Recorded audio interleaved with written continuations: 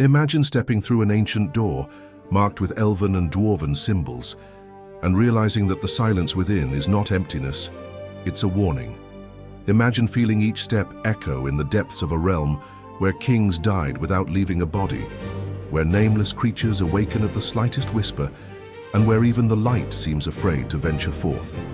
Now imagine entering this place not alone, but alongside Gandalf, Aragorn, Legolas, Gimli, and Frodo, knowing that each of them carries their own fears, their own decisions, and a destiny that begins to intertwine with forces far older than they can comprehend. Because Moria is not just a mind, it's a living tomb, a place where the past never sleeps, and where Durin's ruin awaits in the darkness, patient as something that knows its ending was written centuries ago. And that's why, even before the Fellowship crossed its halls, terror was already stirring. The Watcher in the water, the Balrog, the echoes, the book torn by death. Nothing there is a coincidence. Every element seems to conspire to test the limits of these heroes, revealing the hidden truth that courage is not enough, sacrifice is necessary. And if you're listening to this now, I invite you to share something with me to further strengthen this feeling of a shared journey. Tell me in the comments where you're hearing this story from and what time it is there. It's curious how these journeys gain even more strength when we know where they're echoing from.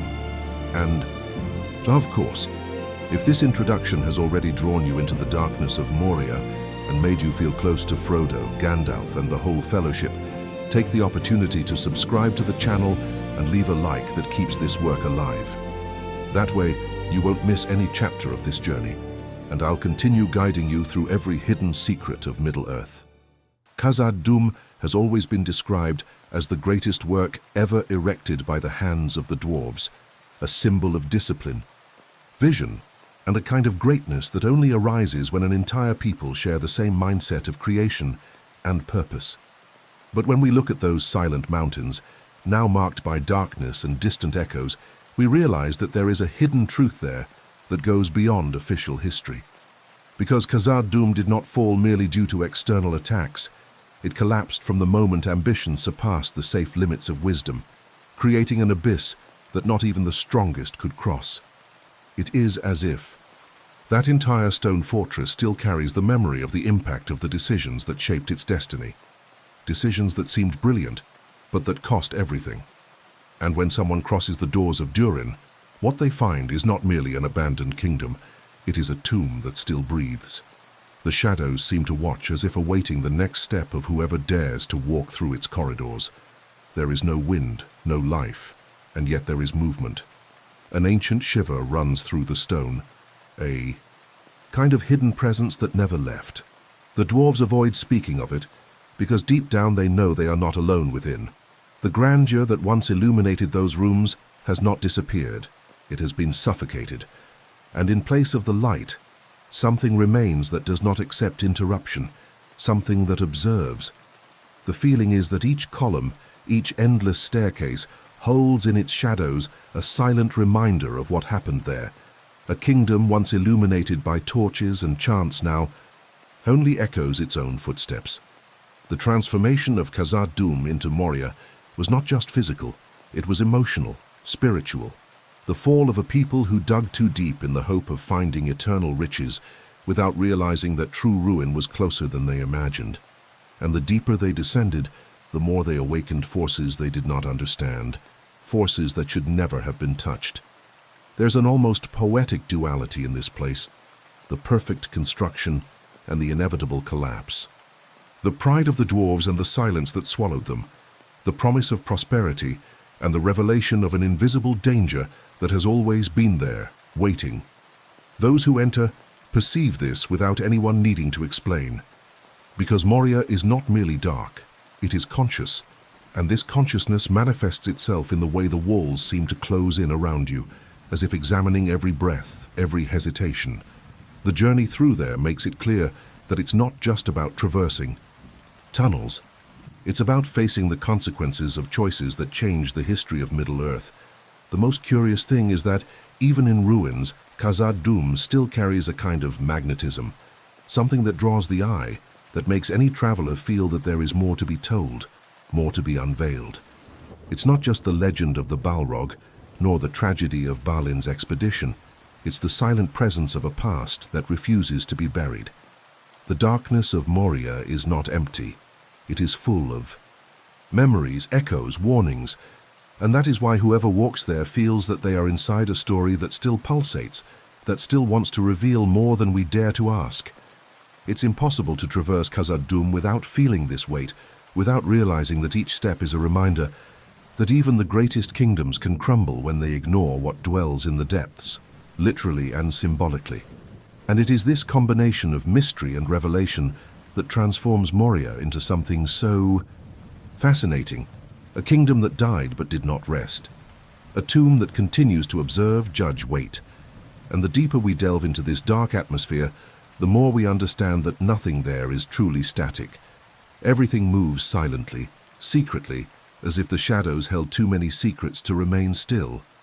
When we look at Durin's doors, we are not simply looking at an entrance carved into the rock. We are looking at a monument to a mindset that has almost disappeared from Middle-earth.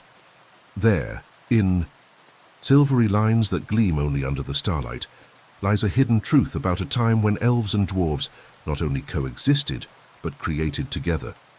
Narvi, the dwarf master, and Celebrimbor, the most skilled elven smith since Feanor, combined their arts to forge something that went far beyond a functional gate. It was a silent declaration of trust, of cooperation, of shared vision. And perhaps that is what makes these doors so impactful today.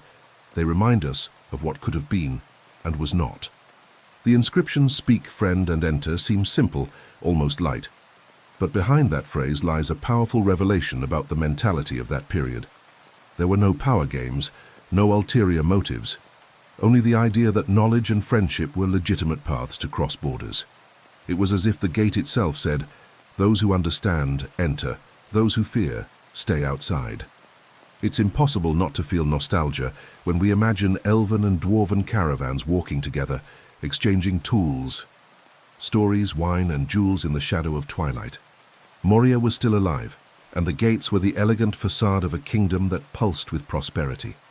But the contrast between this beauty and the future tragedy makes everything even more striking.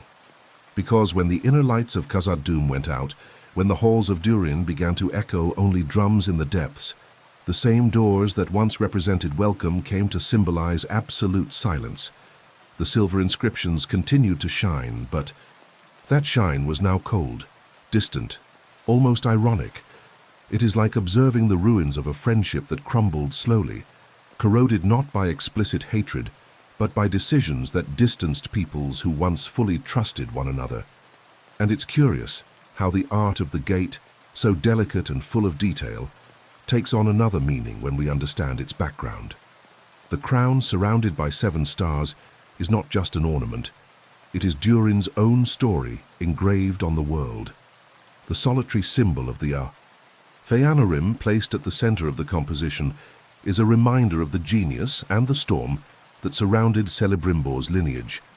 The twin trees carved beside the arch remind us that that border was alive, organic, marked by holly that grew like silent guardians.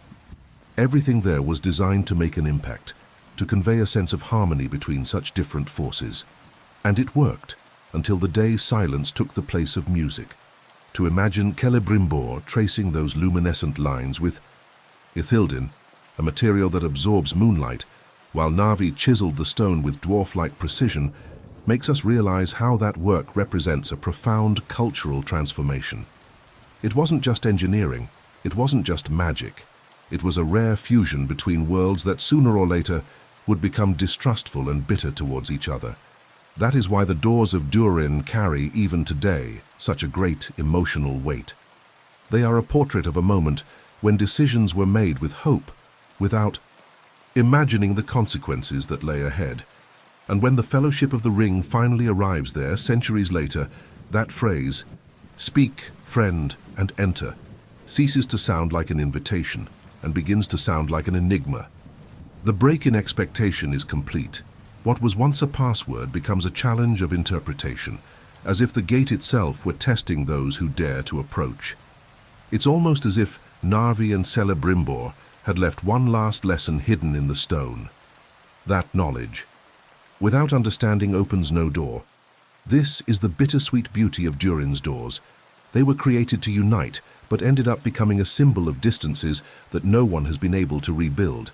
And when we think about it, the phrase ceases to be literal and transforms into reflection. Who is a friend now? Who still speaks the language of trust? Who deserves to cross? These questions linger as the light slowly reveals the inscriptions, as if the gate were awakening after centuries of slumber. And the feeling is that there are more secrets there, layers that are only revealed to those who look attentively, not just with their eyes, but with the entire journey they carry with them. Durin's Tower has always been one of those places that seem to exist between two worlds, the underworld and the celestial. Perched atop Celebdil above the clouds, it appears as an impossible point on the horizon, almost unreachable for any mortal creature. But the hidden truth is that, to reach it, one must traverse a journey that challenges body, mind, and even the very notion of time. When Gandalf describes his pursuit of the Balrog, he doesn't merely narrate a battle, he reveals a complete transformation in how we understand Khazad-dûm. Because this struggle didn't just happen at a geographical point, it happened on the border between what lies in shadow and what tries to breathe light. After falling from the bridge of Khazad-dûm, Gandalf and the Balrog plummet into depths no dwarven map has recorded. It's like falling into the past, traversing layers of history, ancient decisions and echoes of nameless ages. The creature, forged in the primordial fire of Morgoth, is not merely a physical enemy. It represents all that lurks in the shadows of Middle-earth, that which legends attempt to silence. Gandalf, on the other hand, carries a mission, a mindset of resistance that refuses to succumb to destruction. And these two forces, so different and so ancient, collide in a setting where even the stone seems to observe. The chase begins in the abyss, in tunnels that even the dwarves don't recognize as the work of their race. There is no order, no architecture, only caverns that seem to have been corroded by something as old as creation itself. The impact of this revelation is immediate. Moria hides more than ruins. It hides doorways to depths that surpass what any people have ever conquered. The Balrog moves with ease, as if returning home, while Gandalf struggles against the weight of the darkness that tries to suffocate the light he carries. Each blow, each step of that battle resonates as a reminder that some forces simply should not be awakened. But then comes the unexpected turn. Instead of continuing to descend, the Balrog ascends. It's a decision that changes everything because it takes the fight in directions no one could have imagined. The spiral path emerges like a forgotten monument, thousands of steps climbing from the foundations of Moria to the mountain's summit. This staircase is not just a path, it's a symbol, the rise of ancient terror, returning to the light of day after centuries hidden, creates a tension that grows with each step. It's as if the whole world is waiting to discover what will happen when the shadow touches the sun again. Gandalf climbs after him, exhausted, broken, but guided by something deeper than physical strength. This pursuit is an inner, almost spiritual journey.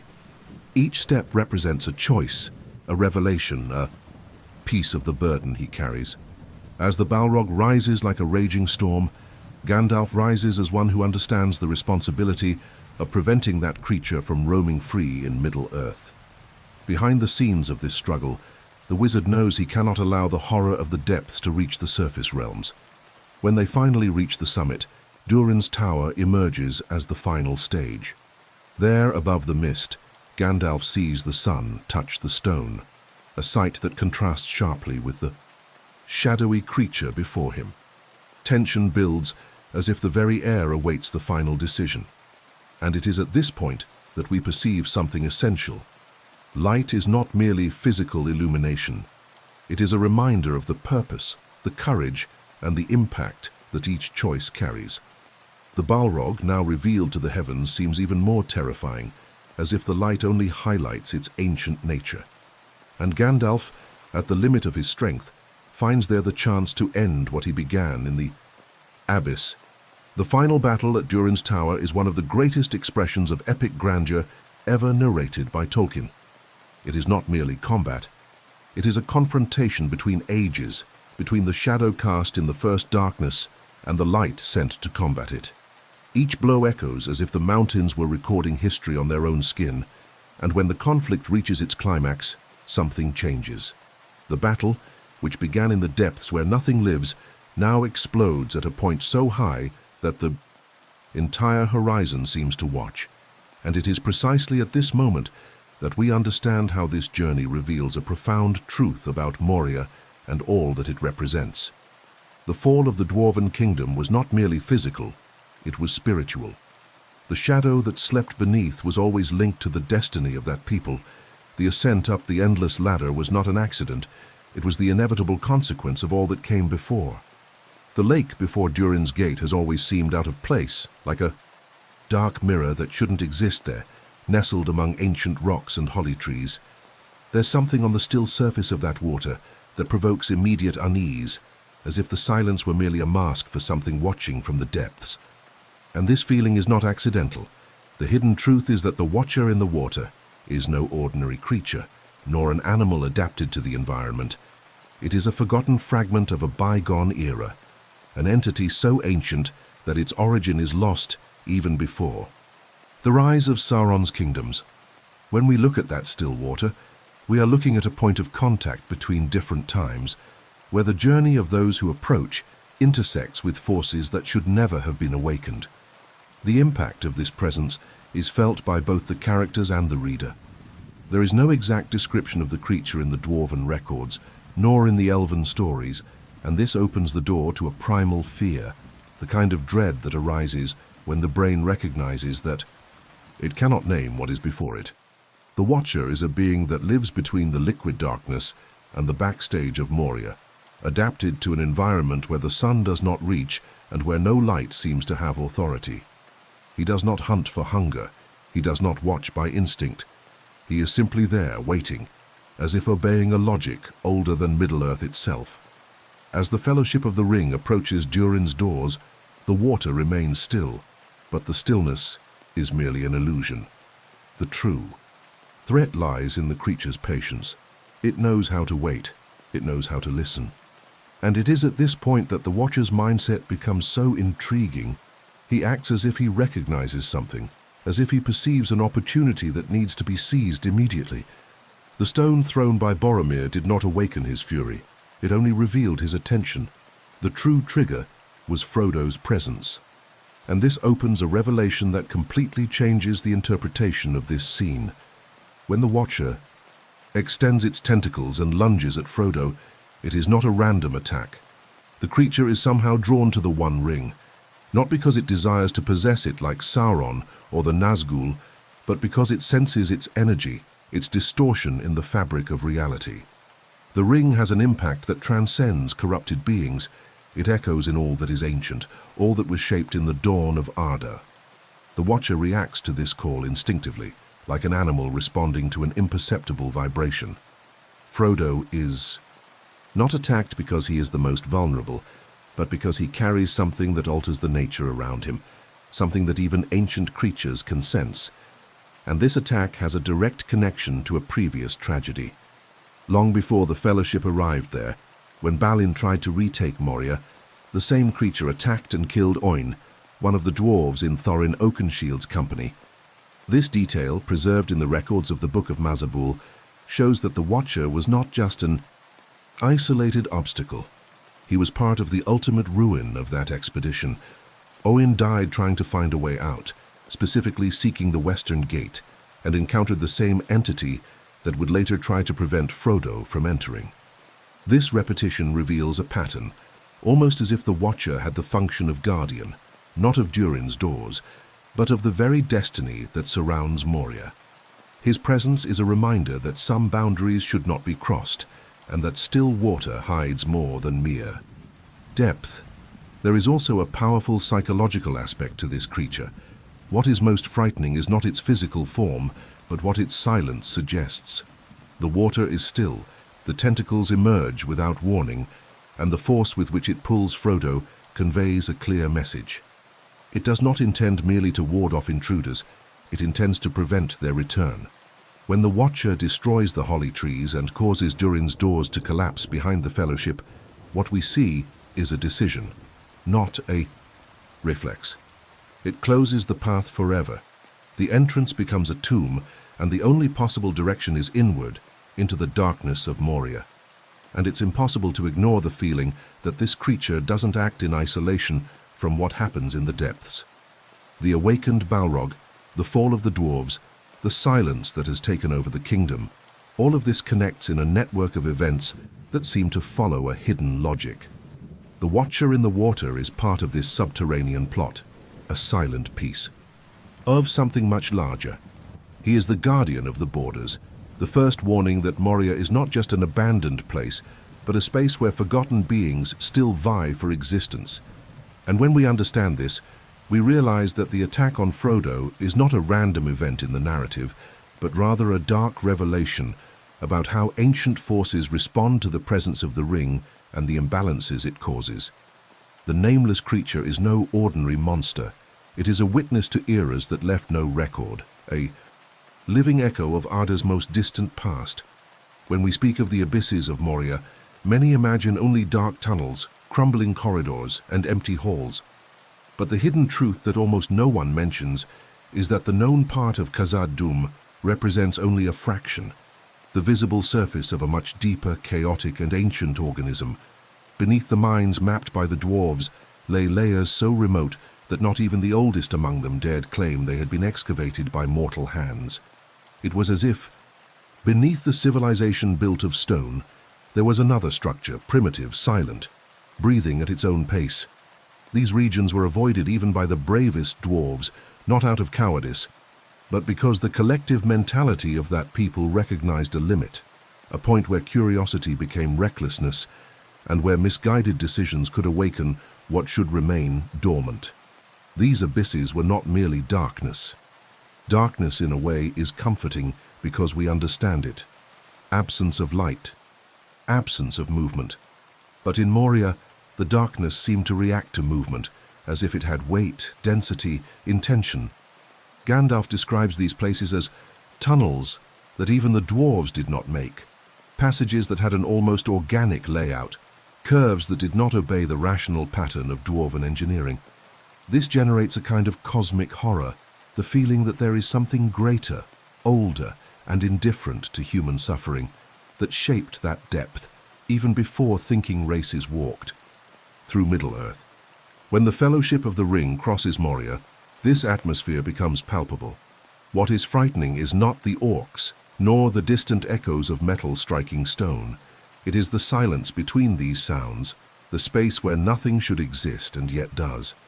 Footsteps reverberate, as if something were listening very closely, and the journey transforms into a psychological ordeal.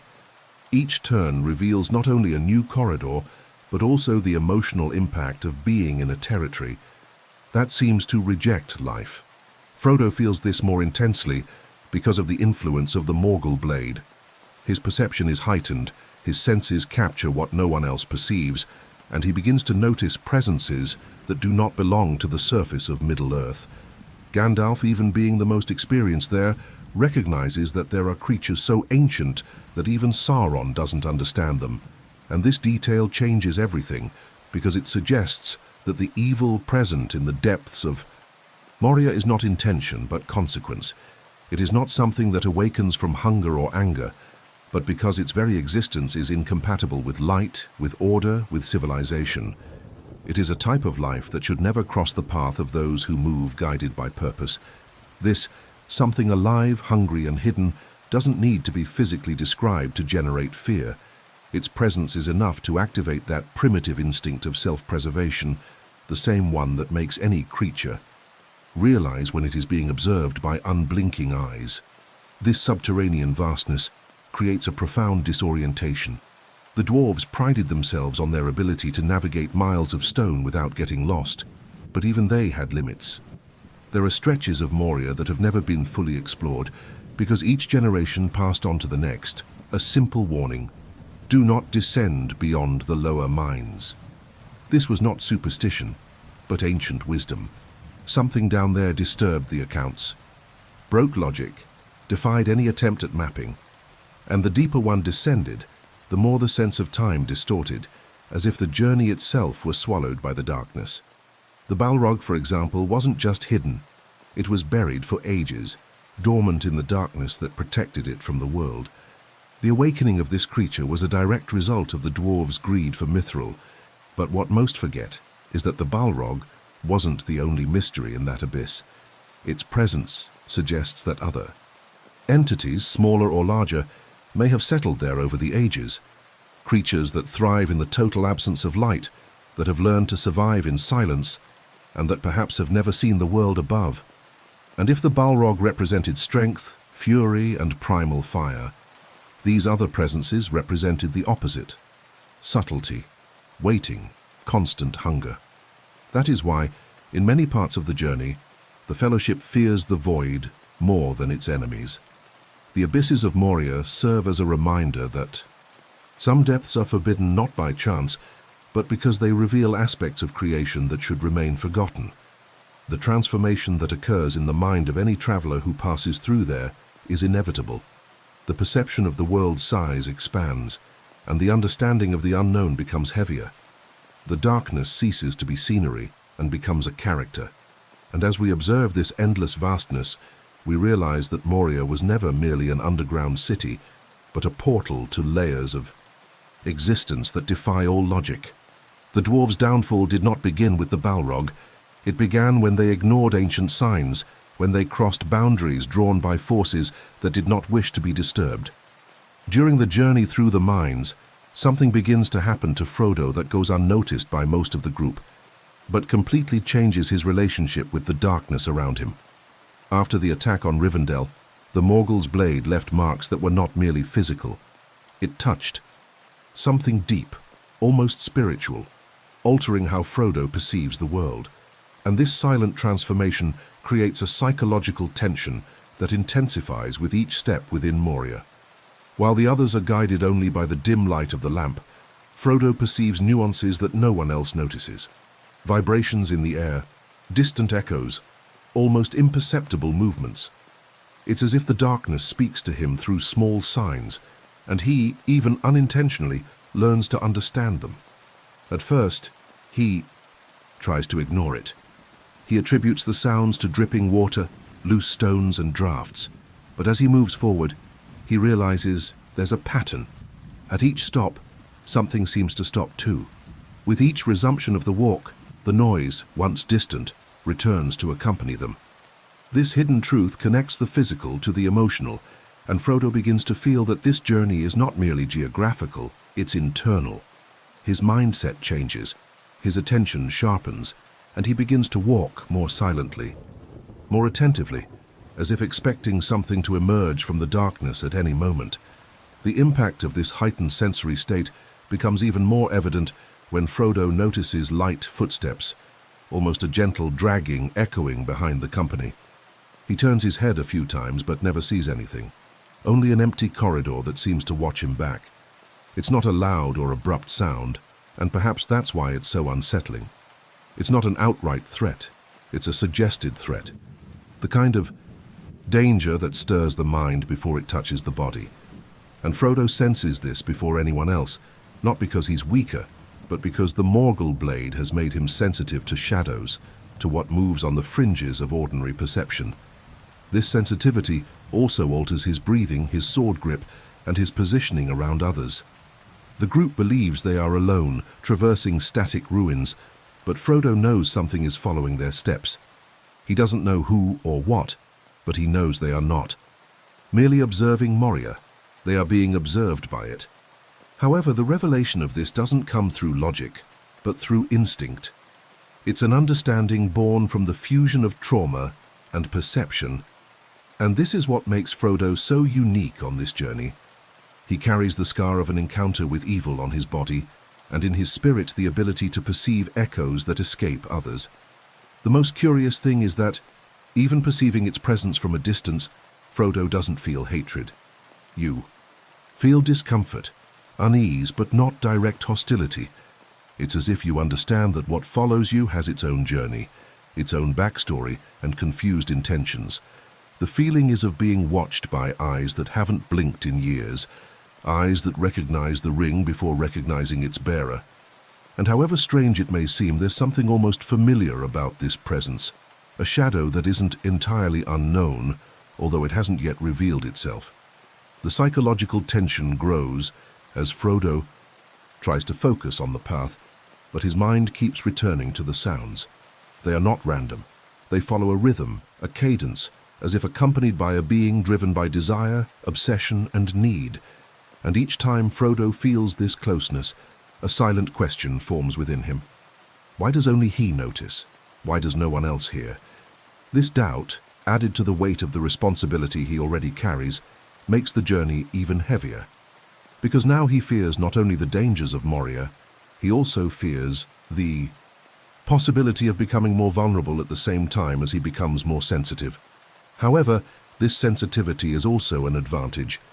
It prepares Frodo to recognize the unseen follower even before seeing him. It creates the emotional bridge to Gollum's future revelation. Frodo, without even knowing it, is undergoing a transformation that will shape his decisions and his destiny. He is learning to listen to what is not shown, to identify patterns within the chaos, to realize that not all enemies attack. Some observe, wait, and approach with an intention that will only be understood later. As the Fellowship moves forward, Frodo walks more alertly, more attuned to the sounds the others ignore. The Morgul's blade left an unseen scar on him, but one that alters his relationship with darkness, making him almost an intermediary between the visible world and that which lies hidden at the edges of reality. And when he hears that soft sound again, a short breath, a light touch against the stone, he understands that the journey will not be merely physical. It will be mental, emotional, deeply connected to who he has become after that attack. Even before the group of 9 travelers set foot in the mines, Moria had already received another visitor, someone who walked alone, driven not by courage, but by a mixture of despair, obsession, and a need that burned inside like an endless fever. Gollum entered Khazad-dûm long before the Fellowship, trying to find a secret path westward. His intention was clear: to reach the Shire, to reach the precious, to reach that which, according to his fragmented mind, still belonged to him.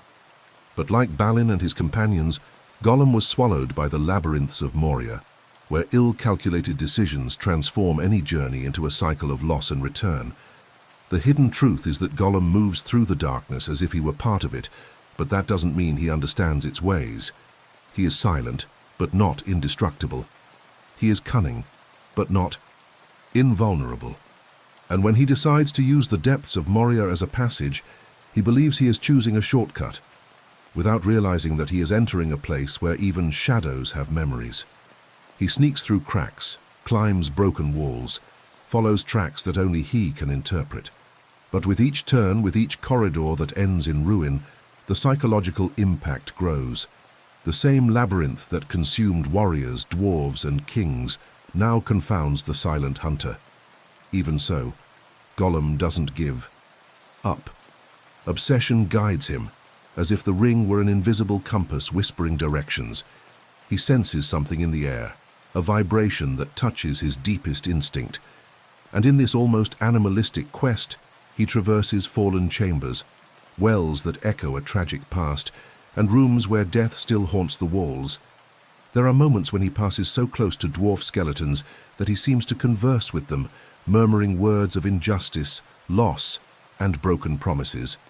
Moria becomes, without him, realizing it, the perfect mirror of his own transformation. A kingdom destroyed from the inside out, corroded by something too powerful to be contained. Gollum's journey is also a dive into the dark backstage of the narrative. He doesn't appear in the records, he leaves no obvious marks, but his path crosses the very same corridors where Balin tried to rebuild a future that never arrived. He may have unknowingly passed by the place where Oin fell, by the gates where orcs waged their last resistance, by the halls that witnessed the devastation brought by the Balrog. This convergence of stories creates an almost inevitable feeling of destiny being woven together. Moria, with all its decay, brings together characters who should never meet there, but who for some profound reason are drawn to the same narrative axis. When he finally manages to get close to an exit, Gollum encounters something that changes everything. Voices, footsteps, echoes, and then you see them. The Fellowship. Of the Ring, advancing cautiously, guided by a faint light that dances against the darkness. The instant his eyes meet Frodo's, something inside him awakens. An absolute, almost painful certainty that the ring is there. Not because you see it directly, but because you feel it. It's as if all his losses, his pain, his years of isolation converge in that moment. The impact is so great that his breath catches, and for a second he hesitates, as if he can't believe what he's witnessing. But then, the obsession returns even stronger. He notices Gandalf, recognizes the presence of the wizard who interrogated him, remembers every word spoken, every veiled threat. But none of that matters. Not when Frodo is there, so close, so vulnerable in the darkness. And Gollum, now more hunter than creature, begins to follow them. It's not aggressive pursuit, it's distorted devotion. It's emotional hunger. It's destiny. His steps become shadow after shadow, always at a calculated distance, always observing. Every movement of the hobbit who carries what he believes to be his own torn soul. He understands immediately who Frodo is. He doesn't need names. He doesn't need explanations. He recognizes the same light that emanated from Bilbo, but now stronger, heavier, as if the ring had found a deeper connection in this new bearer. For Gollum, this revelation is both a blow and a calling. For the first time in a long time, he feels he is on the right track of his tortuous journey. Moria was not a mistake. It was a bridge, a path that led him exactly to where he should be, a place where his destiny and Frodo's are forever intertwined. And as the society advances, he follows from the shadows, scaling walls, walking along broken beams, always alert, always close enough to feel the ring's energy vibrating in the air. The tension grows, the suspense intensifies, because now it's not just about pursuit, it's about reunion, about convergence, about a bond forged by darkness and obsession. What always enchanted the peoples of Middle-earth about Khazad-dûm was not only its monumental architecture, nor its ability to transform stone into art. The true fascination came from something far rarer, far more desired, and at the same time, far more dangerous: Mithril. This silvery metal, light as breath and resilient as mountain roots, was considered one of the most extraordinary treasures ever found. For the elves, it symbolized purity. For men, it represented power. But for the dwarves, Mithril was the ultimate proof of their genius. And that's where the hidden truth comes in, the one rarely spoken aloud. The same wealth that raised Khazad-dûm to its peak also silently prepared its downfall. Mithril had an emotional and symbolic impact that went far beyond the material.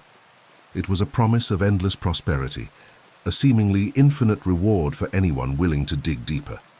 And this mentality, that there is always more to be found, more to be conquered, more to be wrested from the rock, shaped every decision made by the dwarf kings throughout the ages. They believed they could control the depth, understand the limits, master what lay dormant in the heart of the mountain. But the journey toward forbidden riches always exacts a price. And Khazad-dûm paid its price in the most devastating way possible. With each generation, the dwarves dug deeper. Each new gallery revealed veins that shone like stars reflected in water. Each discovery reinforced the idea that those mountains were inexhaustible. Mithril became more valuable than gold, silver, and gems combined.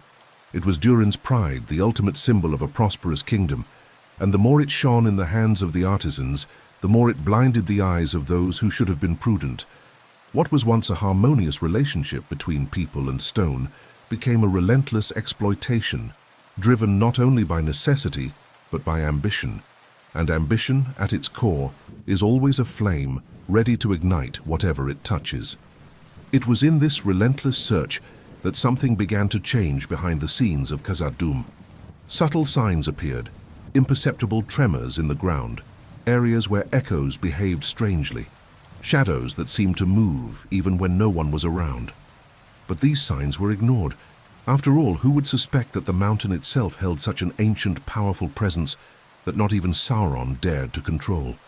The myth of absolute security, built over centuries, blinded the dwarves to the revelation that was about to emerge, and then when they dug too deep they touched the territory where light never reached.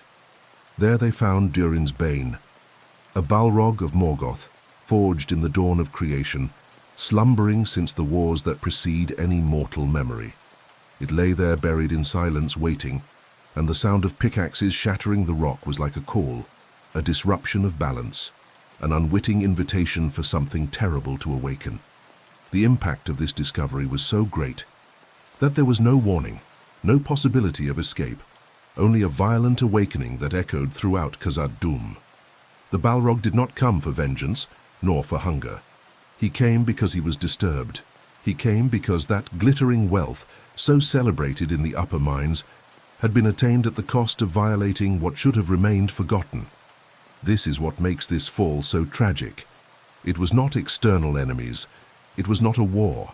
It was not an invading army.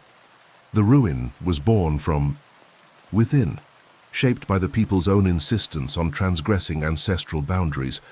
Mithril, with all its beauty and promise, became the perfect bait to lead Khazad-dûm to the abyss. And the most curious thing is that, even after the fall, Mithril continued to be a symbol of desire. People tell its story as if it were legend, as if its fragments carried an almost spiritual glow. But no one mentions that, to obtain it, an entire kingdom had to be destroyed. That all that silvery light is, in fact, a reminder of the price paid when ambition surpasses wisdom. This connection between forbidden wealth and inevitable downfall is one of the most profound lessons Moria offers, a lesson that echoes even among the silent ruins.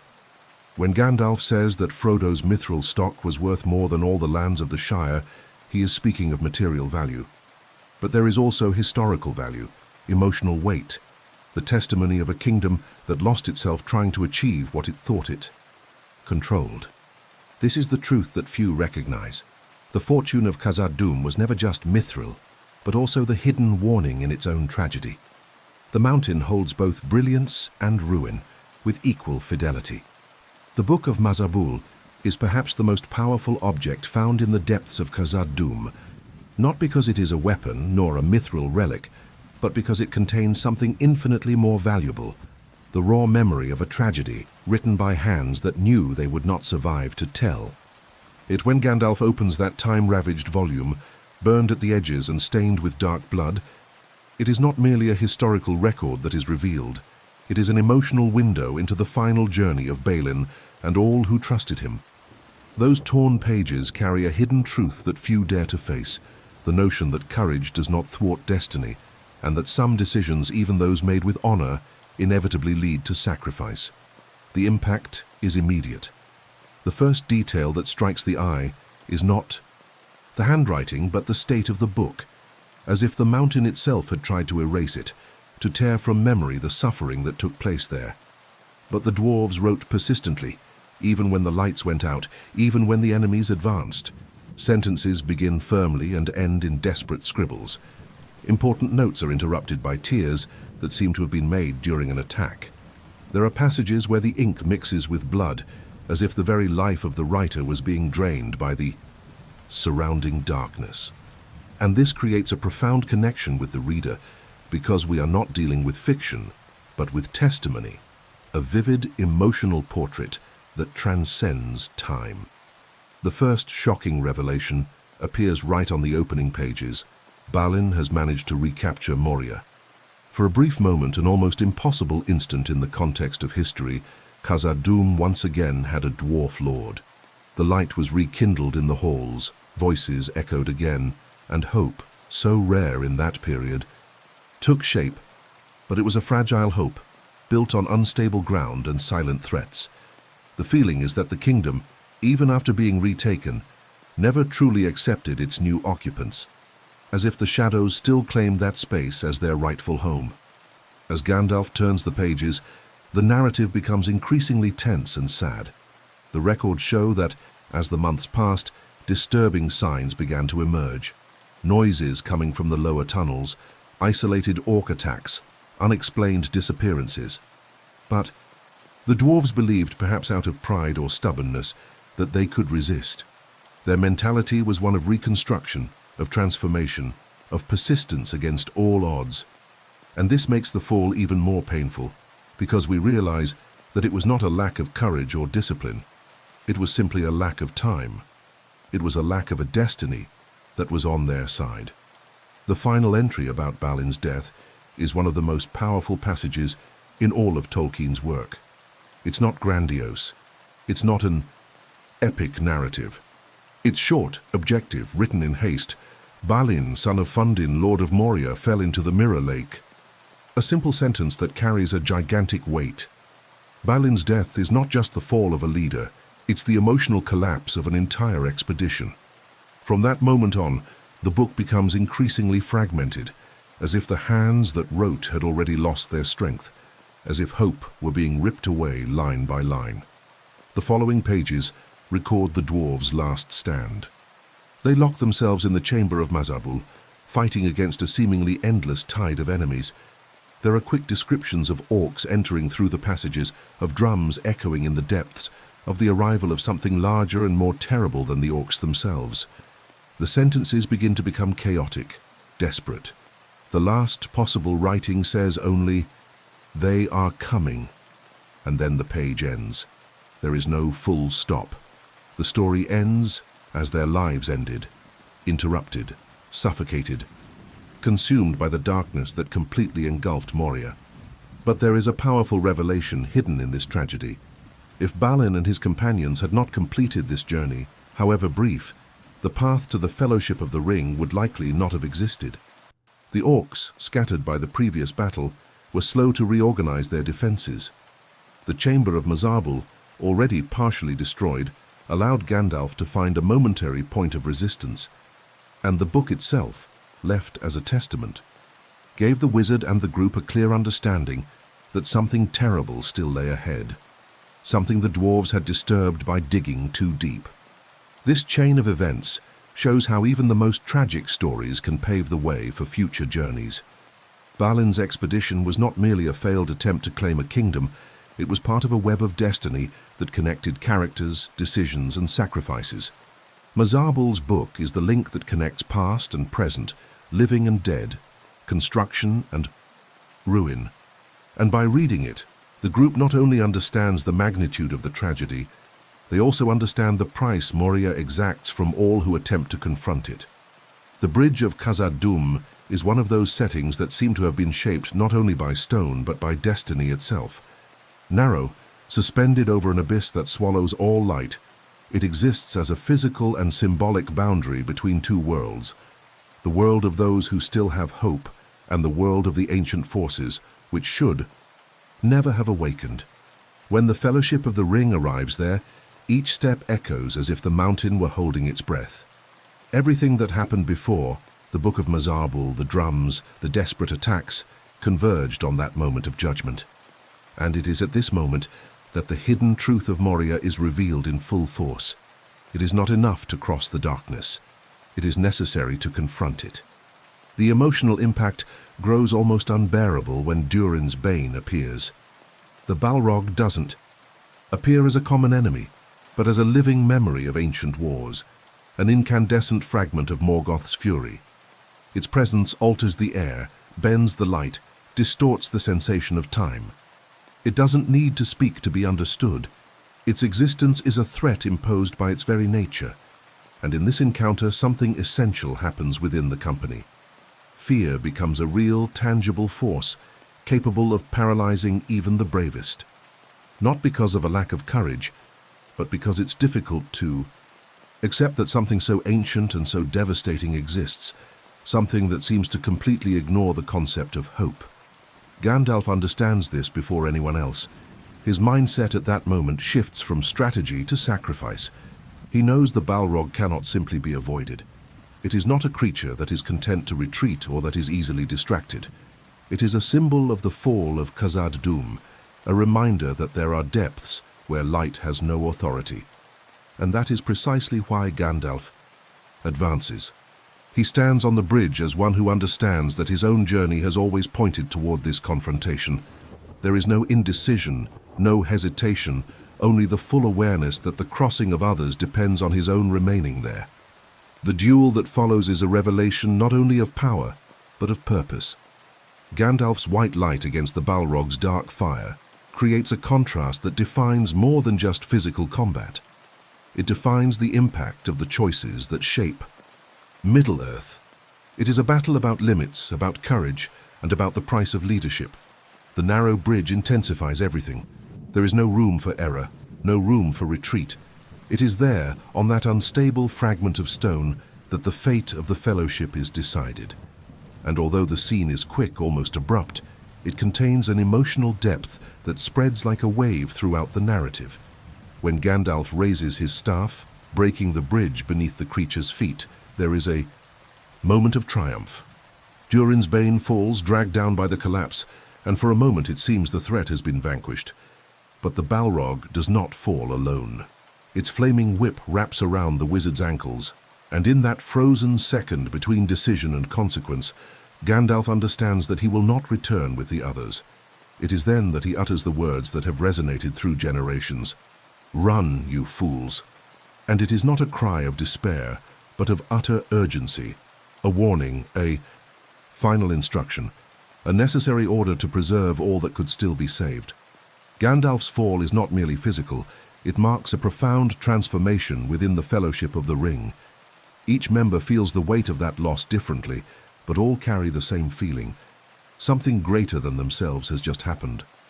The mountain, which until then seemed indifferent, now holds a silent mourning. The wind blowing from the abyss seems to lament. The corridors ahead take on a heavier tone, and the very steps of the Fellowship slow down, as if the ground were absorbing their pain. It is at this point that the narrative changes. The War of the Ring is no longer a journey with constant guidance. It is a crossing marked by absence, responsibility, and the consequences of decisions made in darkness. The destroyed bridge perfectly symbolizes this. It not only separates the heroes from the danger they left behind, but also the age of innocence from the age of sacrifice. It marks the end of one stage of the journey and the beginning of another, where every choice will have a greater impact, where the weight of the ring will become more real, where the group will learn that the light does not win without losing something precious in the process. And as they move out of Moria, feeling the fresh air touch their faces for the first time after long hours in darkness, the Fellowship carries something it did not have before. The certainty that the war will not be won without pain. That's why this moment is so significant. It redefines the narrative, redefines the emotions, redefines each character's path. And it makes it clear that the journey through Moria was never just about escaping the orcs or physical dangers. It was about confronting the hidden truth that some battles demand sacrifices that forever change those who go on. And if you've made it this far, journeying with me through every shadow, every revelation, and every hidden detail in the depths of Moria, I think you've already realized how much stories like this have the power to transform the way we see Middle-earth, and even ourselves. So before we move forward on this journey, I have a very gentle invitation. If this content resonated with you, if it brought you some clarity or sparked that good kind of curiosity that opens doors to other worlds, consider subscribing to the channel. That's what keeps this conversation alive and allows me to continue bringing you analyses as profound as these. And since you've made it this far, it would be amazing to know where this adventure has found you. Leave a comment telling me where you're watching from and what time it is now, just so I can feel where these stories are echoing. I love this feeling that we're connected, even when separated by so much distance. If you'd like to leave a like, do it in a light-hearted way, almost like lighting a torch along the way, just to illuminate the next part of the story. It helps more than you can imagine. And of course, if you want to continue on this journey, there's a video over here that complements this topic. Click and continue with me there.